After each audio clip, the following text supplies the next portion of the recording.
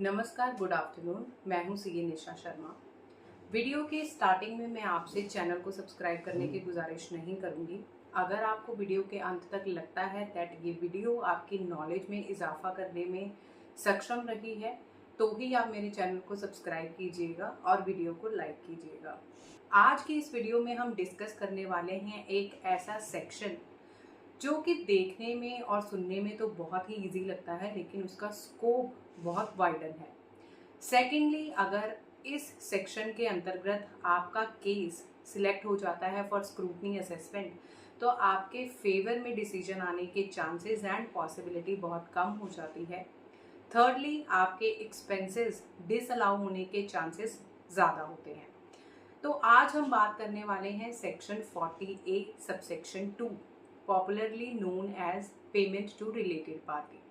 Section 40A subsection 2 में assessing officer को power ये है दैट अगर उसे एक्सपेंडिचर अनरीजनेबल या एक्सेसिव लगते हैं by comparing it with fair market value तो वो पार्शली या कंप्लीटली एक्सपेंडिचर्स को डिसअलाउ कर सकता है। तो चलिए इस सेक्शन को डिटेल में समझ लेते हैं। सेक्शन 40A सबसेक्शन 2 की अगर एप्लीकेबिलिटी की बात करें, ये एप्लीकेबल है individual, HUF, partnership firm, company, AOP, BOI, सारे असेसी कवर हो जाते हैं section 40A subsection 2। Secondly, section 40A subsection 2 की एप्लीकेबिलिटी के लिए आपके प्रॉफिट एंड लॉस अकाउंट में एक्सपेंडिचर्स पे हुए होने चाहिए और पेमेंट हुई होनी चाहिए टू द रिलेटिव्स और रिलेटेड पर्सन्स और क्लोज्ड पर्सन्स।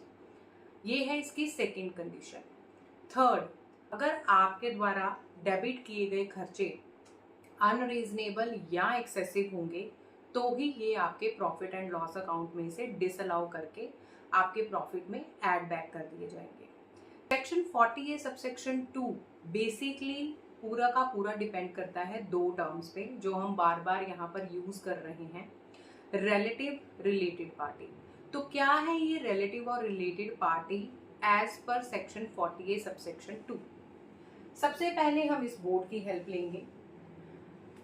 एक्सपेंडिचर इनकर किए हैं इंडिविजुअल में, पहला केस है एक्सपेंडिचर इनकर कर रहा है इंडिविजुअल, पेमेंट की गई है टू रिलेटिव। रिलेटिव की डेफिनेशन में husband, wife, brother, sister, father, mother, grandfather, grandmother, चाचा, ताया, फूफा, बुई, मौसा, मौसी और सारे रिश्ते, एनी लीनियल असेंडेंट और डिसेंडेंट ऑफ इंडिविजुअल कवर हो जाते हैं और spouses of all the above. तो बहुत ही वाइड कवरेज दे दी गई है रिलेटिव की डेफिनेशन को। इसकी एग्जाम्पल, इंडिविजुअल डील कर रहा है या एक्सपेंडिचर इनकर कर रहा है, पेमेंट कर रहा है अपने रिलेटिव को। एग्जाम्पल है, एक्स ने परचेज की हैं goods from his brother, sister, wife, father etcetera. तो उस केस में सेक्शन 40A सबसेक्शन 2 की एप्लीकेबिलिटी शुरू हो जाएगी।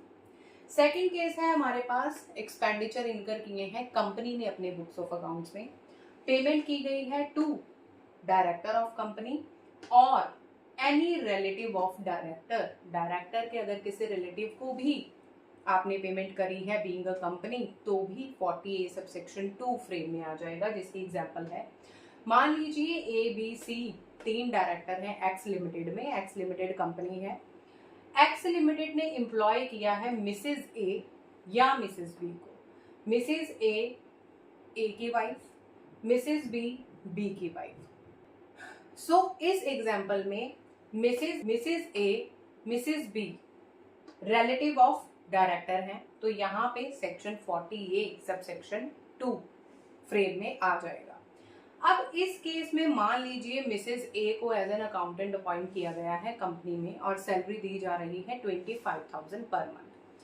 केस स्क्रूटनी में है, असेसिंग ऑफिसर को लगता है कि इस पोस्ट के लिए सैलरी होनी चाहिए 15,000 per month according to the market value. Fair market value के हिसाब से अकाउंटेंट की पोस्ट के लिए 15,000 पर मंथ जो है वो सैलरी फेयर है, लेकिन पे की जा रही है 25,000, मतलब अनरीजनेबल या एक्सेसिव अमाउंट हो गया 10,000 पर मंथ का।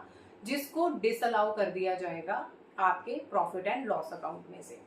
थर्ड केस है, अगर एक्सपेंडिचर इनकर कर रही है कोई पार्टनरशिप फर्म, पेमेंट की गई है to any of the partner, किसी भी पार्टनर को, या any relative of the partners, partner के किसी भी रिलेटिव को अगर आप पेमेंट कर रहे हैं तो भी सेक्शन 40A सबसेक्शन 2 एप्लीकेबल हो जाएगा।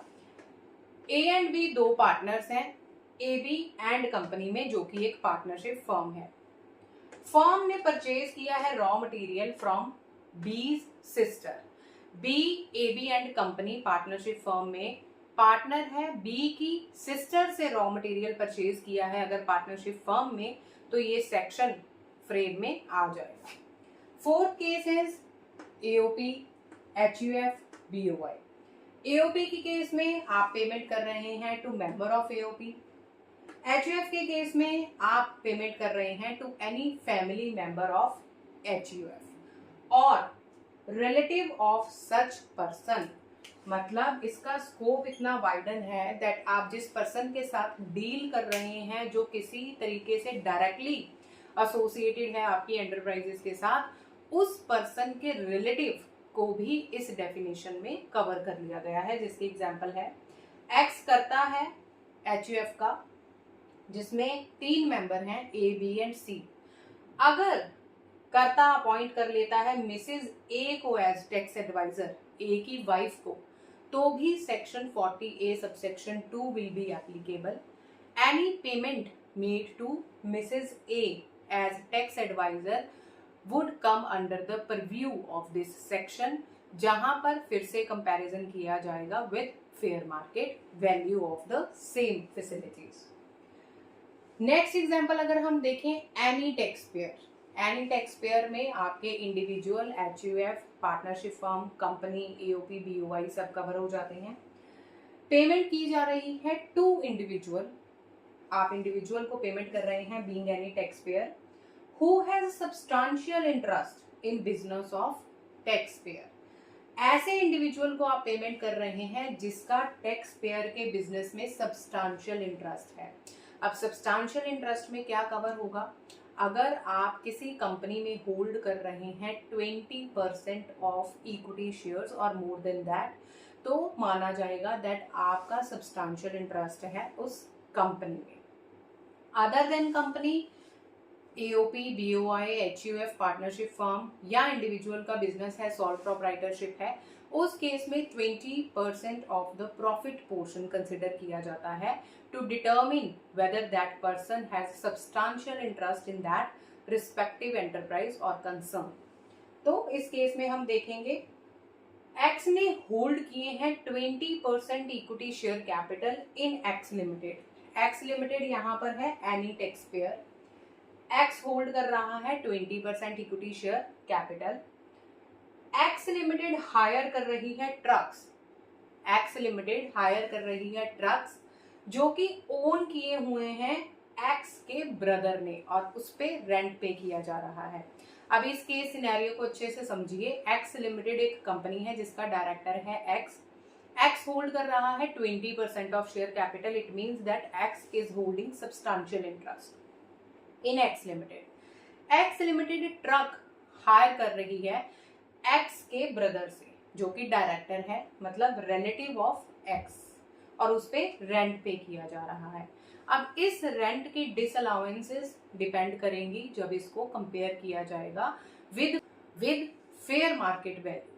अगर मार्केट में भी वही रेट पे रेंट पे किया जा रहा है तो भी असेसिंग ऑफिसर कुछ ना कुछ पोर्शन जो है वो डिसअलाउ करता जरूर है। प्रैक्टिकली यही चीजें चल रही हैं। कंपनी, नेक्स्ट केस, पेमेंट कर रही है to a person in whose business tax payer director of tax payer. Company payment कर रही है टू अ पर्सन। अब यहाँ पर हमने वर्ड इंडिविजुअल यूज नहीं किया है, टू अ पर्सन किया है। पर्सन में आपके individual, HUF, AOP, BOI, partnership firm सब कवर हो जाएगा। इन हुज बिजनेस, जिसके बिजनेस में टैक्स पेयर मतलब कंपनी या कंपनी का कोई डायरेक्टर या ऐसे डायरेक्टर का कोई रिलेटिव सब्सटेंशियल इंटरेस्ट होल्ड कर रहा है तो भी सेक्शन फ्रेम में आ जाएगा। आप देख सकते हैं ये फ्यू एग्जांपल्स हैं जिसके अकॉर्डिंगली हम इस रिजल्ट पे पहुंच सकते हैं। दैट इज सेक्शन का स्कोप बहुत ही ज्यादा वाइडर है।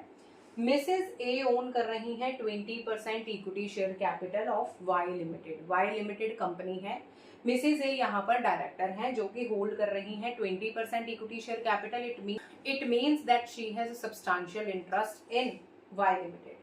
ए डायरेक्टर है एक्स लिमिटेड में, उसका हस्बैंड है ए जो कि किसी और कंपनी एक्स लिमिटेड में डायरेक्टर है। आप देखिए एक्स लिमिटेड परचेज कर रहा है गुड्स फ्रॉम वाई लिमिटेड। दोनों हस्बैंड वाइफ डिफरेंट कंपनीज में डायरेक्टर हैं, लेकिन अगर वो डिफरेंट कंपनीज भी आपस में डील करती हैं, गुड्स परचेज या सेल करती हैं, तो भी सेक्शन 40 ये सबसेक्शन 2 फ्रेम में आ जाएगा। एक बात मैं आपको यहाँ पर ये बता देना चाहती हूँ दैट सेक्शन 40 सबसेक्शन 2 में सारे ही expenditure whether related to purchase of goods, rendering of services, facilities जिसमें rent, commission, interest, royalty, fees for technical services, salary, remuneration, by whatever name you called, सारे के सारे एक्सपेंसेस कवर हो जाते हैं। अब हम बात कर लेते हैं सेक्शन 40 सबसेक्शन 2 के रिलेटेड जो जजमेंट्स आई हैं। एक जजमेंट आई थी coronation flour mill versus CIT के केस में, जिसमें ये कहा गया था दैट अगर असेसिंग ऑफिसर को लगता है कि जो एक्सपेंसेस पे किए गए हैं, एक्सपेंडिचर इनकर किए गए हैं और रिलेटिव को पेमेंट की गई है, वो रीजनेबल नहीं है, लेजिटिमेट नहीं है विद द बिजनेस नीड्स, तो भी एक्सपेंडिचर डिसअलाउ किए जा सकते हैं even if they are not more than the fair market value of the goods, services और फैसिलिटीज।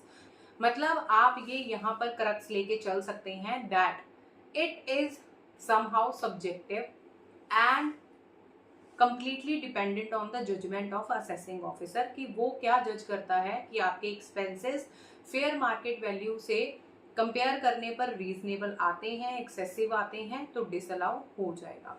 सेकंड केस आया था डेम्पो एंड कंपनी में, जिसमें असेसी के फेवर में डिसीजन लिया गया था दैट अगर रिसिपिएंट एंड पेयर दोनों ही सेम टैक्स ब्रैकेट में फॉल करते हैं, दोनों ही टैक्स पे कर रहे हैं, उस केसेस में यहाँ पर कोई भी डाइवर्जन ऑफ फंड नहीं हुआ है टू अवॉइड टैक्स, तो उस केस में सेक्शन 40 सबसेक्शन 2 एप्लीकेबल नहीं होगा।